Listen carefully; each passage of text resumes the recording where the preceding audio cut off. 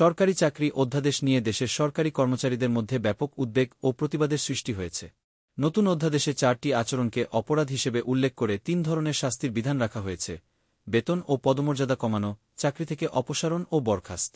অপরাধগুলোর মধ্যে রয়েছে অনানুগত্য, কাজ থেকে বিরত থাকা বা অন্যদের বিরত রাখতে উস্কানি দেওয়া এবং কাজে বাধা দেওয়া। সরকারি কর্মচারীরা আশঙ্কা করছেন, এই আইন প্রয়োগ করে তাদের মৌলিক অধিকার, যেমন মতপ্রকাশ ও শান্তিপূর্ণ প্রতিবাদের অধিকার হরণ করা হতে পারে। তাদের মতে, এ আইন কার্যকর হলে ভিন্নমত প্রকাশ করলে বা অন্যায় আদেশ অমান্য করলেও চাকরি হারানোর ঝুঁকি থাকবে। সচিবালয়ে কর্মচারীরা বিক্ষোভ করেছে এবং ঐক্য ফোরাম ঘোষণা দিয়েছে, অধ্যাদেশ বাতিল না হওয়া পর্যন্ত আন্দোলন চলবে।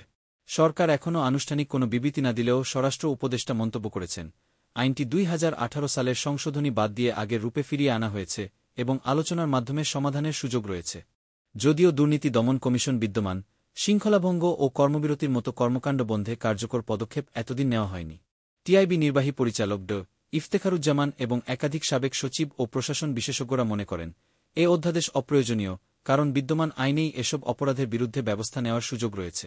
নতুন অধ্যাদেশটি সরকার সংসদ না থাকায় রাষ্ট্রপতির মাধ্যমে জারি করেছে, তবে এর পেছনে প্রশাসনের অভ্যন্তরীণ বিরোধ ও সাম্প্রতিক আন্দোলনের ঘটনাবলী গুরুত্বপূর্ণ ভূমিকা রেখেছে বলে ধারণা করা হচ্ছে।